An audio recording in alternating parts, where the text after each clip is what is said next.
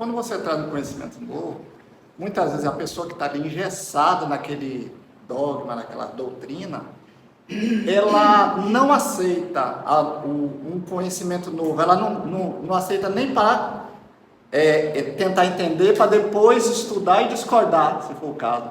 Ela simplesmente de cara não aceita, porque o que ela acredita, muitas vezes pode ser assim, pode desmoronar aquela crença toda dela com esse novo conhecimento.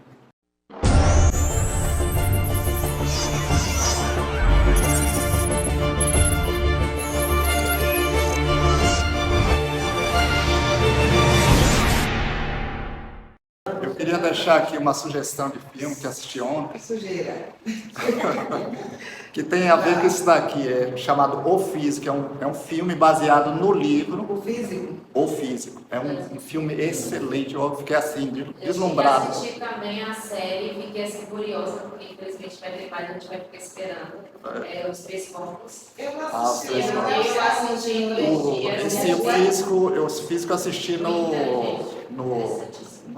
Prime Video. Mas deve ter em outros lugares. Não, mas deve ter em outro lugar, na internet você acha. O que aborda esse filme? O conhecimento, né? Ele se passa no século XI, né? E naquela época não existia médicos, né? Existia o barbeiro, o cara que cortava cabelo, era o mesmo cara que operava as pessoas, né? Quer dizer, operava não, receitava remédios, porque naquela época era proibido você abrir alguém, cortar alguém, isso é proibido pela igreja, né? Então você não tratava ninguém cortando nada, você tratava olhando e tal, e era assim. Só que no Oriente ele já estava mais avançado em relação à medicina mesmo, né? Então ele soube que lá tinha um professor que ensinava essas coisas, os judeus aprenderam lá e trouxe para a Inglaterra, que começou na Inglaterra o filme, foi terminar lá no Oriente. E operou de catarata e tal. Nessa história ele perdeu a mãe de uma doença chamada o lado, né? O lado, ninguém sabe chamar de o lado, porque ninguém sabia o que é que tinha ali dentro. O corpo humano, ninguém sabia o que é que tinha dentro.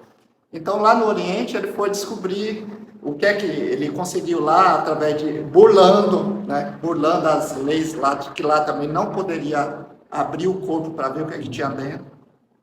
Ele aproveitou a morte de uma pessoa tal, e abriu o corpo e conseguiu descobrir que a doença, o lado, era nada mais do que essa apendicite.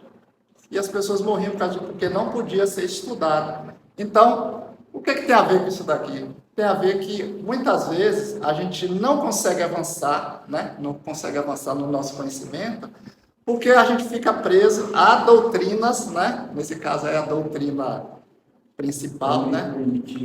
Impedia das pessoas terem o conhecimento do próprio corpo. Ninguém sabia o que era um coração, o que era um rim, o que era um baço. Ninguém sabia, porque não se podia abrir o corpo. Então, a sugestão que eu deixo aqui é assistir esse filme ou ler o livro, né? Eu vou postar lá no grupo o nome do filme. Excelente. Eu gosto de falar muito assim que as leituras, elas têm níveis de interpretação, né? Se você está começando um estudo, você consegue ler aquela forma rasa de interpretação do texto.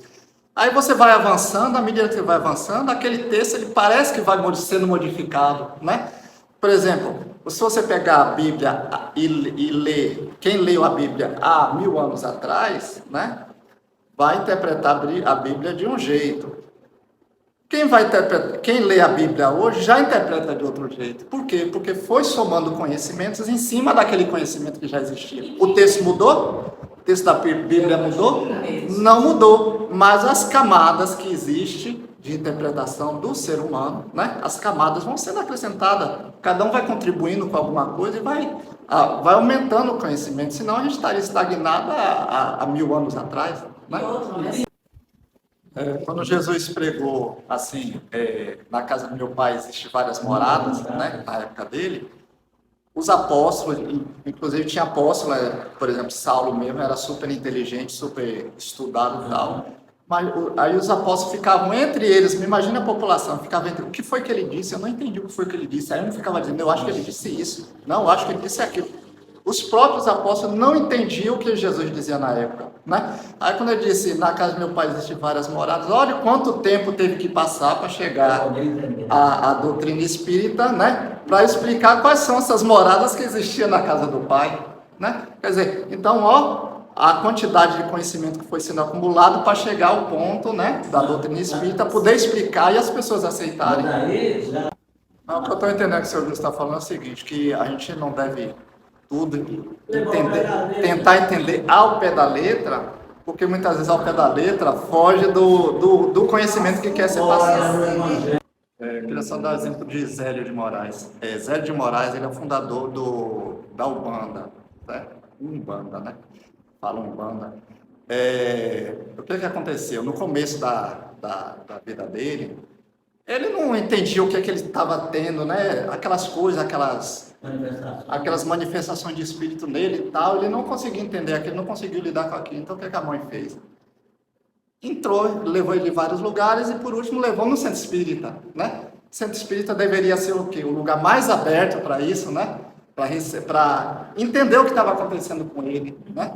Aí, quando chegou lá, nesse centro espírita, o dirigente da casa, né, que era para ter uma mente, né, bem mais aberta do que as outras religiões, o que aconteceu? Disse, ele está possuído pelo demônio, né? Ele está possuído pelo demônio e não sei o que.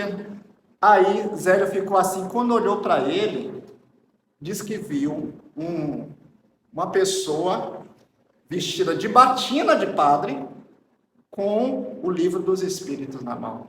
Imagine, quer dizer, ele era leitor, né? Nesse caso, leitor, não era o defensor do livro, ele era um leitor do livro dos Espíritos, mas ao mesmo tempo a doutrina dele era toda baseada no quê? Na doutrinação católica. Então não adiantou ele vir como espírita nessa encarnação, porque ele não deixou de ser um católico fervoroso. Ele era um dirigente espírita e ao mesmo tempo era um católico fervoroso, né? Porque para a Igreja Católica naquela época, né, toda manifestação mediúnica era coisa do demônio, né? Então esse dirigente agiu como um sacerdote católico, né? Um sacerdote da Igreja Católica, ele agiu da forma. Então, nesse caso, o que aconteceu? O Zélio desistiu do espiritismo e acabou fundando o próprio centro dele, né? O que aconteceu? Esse dirigente espírita, ele já era uma pessoa conhecida ali no centro espírita dele como uma pessoa autoritária, uma pessoa que só o que ele dizia que valia, né? Ele era cheio de regras, cheio de dogmas, cheio de várias coisas. Então, quando o Zélio fundou lá o centro espírita dele, muitos desses médicos que frequentavam esse centro espírita desse dirigente, acabou saindo e indo para o centro espírita de Zélio.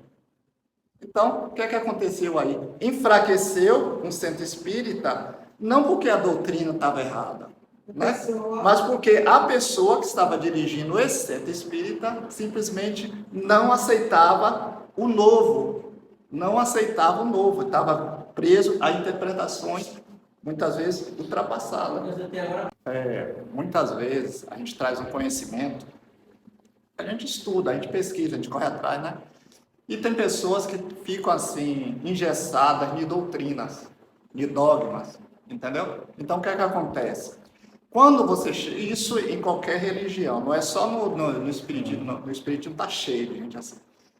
Mas em qualquer religião, em qualquer cultura, quando você traz um conhecimento novo, muitas vezes a pessoa que está ali engessada naquele dogma, naquela doutrina, ela não aceita um conhecimento novo, ela não aceita nem para tentar entender, para depois estudar e discordar, se for o caso. Ela simplesmente de cara não aceita, porque o que ela acredita, muitas vezes pode ser assim, pode desmoronar aquela crença toda dela com esse novo conhecimento, né? Galileu passou por isso quando ele disse que a Terra não era o centro do universo, né?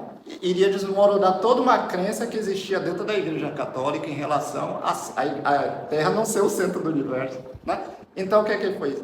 Ou ele aceitava a crença antiga, ou ele morria, né?